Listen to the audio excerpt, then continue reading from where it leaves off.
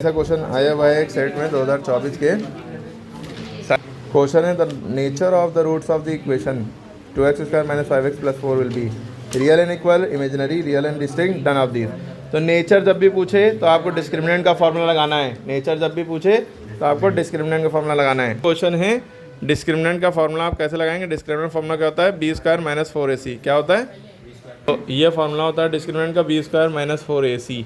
अब b की value क्या होती है, हमेशा x को ढूंढिए।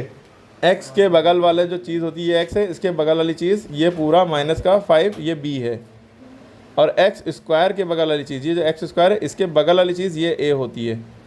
साथ में हम x को और x² को नहीं लेते हैं, ठीक है। और ये जो बचा ये c, अगर माइनस में होता तो माइनस लेते हैं। तो यानी कि b की वैल्यू क्या है, -5, तो -5 का स्क्वायर -4ac, यहाँ पे मल्टीप्लाई छुपा होता है। मल्टीप्लाई a की वैल्यू क्या है 2, c की वैल्यू क्या है 4, है ना। -5 का स्क्वायर 25 हो जाता है, माइनस हट जाता है क्योंकि माइनस का स्क्वायर माइनस प्लस हो जाता है, ठीक है। -4 to the 8 4 the 32।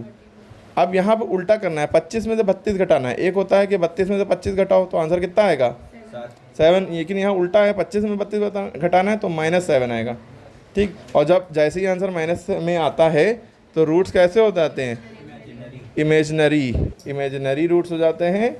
और या हम कह सकते हैं नॉट रियल, जो रियल ना हो। अच्छा, रियल रूट्स कब होते हैं, रियल रूट्स कब होंगे, रियल एंड इक्वल रूट कब होंगे, जब आंसर हमारा क्या हो रहा था, d की वैल्यू क्या आ रही होती है 0 आ रही होती है।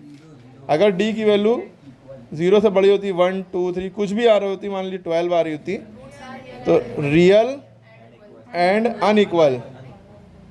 अनइक्वल या डिस्टिंक्ट कह सकते हैं, ठीक है। क्लियर हो गए, तीनों कंडीशन बता दी। कैसा भी आंसर आ रहा होता तो आपका आंसर इसी हिसाब से होता। अगर आंसर माइनस में आया है तो इमेजिनरी है रूट्स, यहाँ पे टिक लगाना, रियल नॉट रियल। अगर आंसर 0 आता, खाली 0 के लिए है, स्पेशली 0 के लिए रियल एंड इक्वल है। और इस 0 से बड़ा कुछ भी होगा 1 2 3 4 5 6 7 crore lakh, real and unequal, equal से पहले अन लग जाएगा, या डिस्टिंक्ट कह लो, ठीक है, डिफरेंट।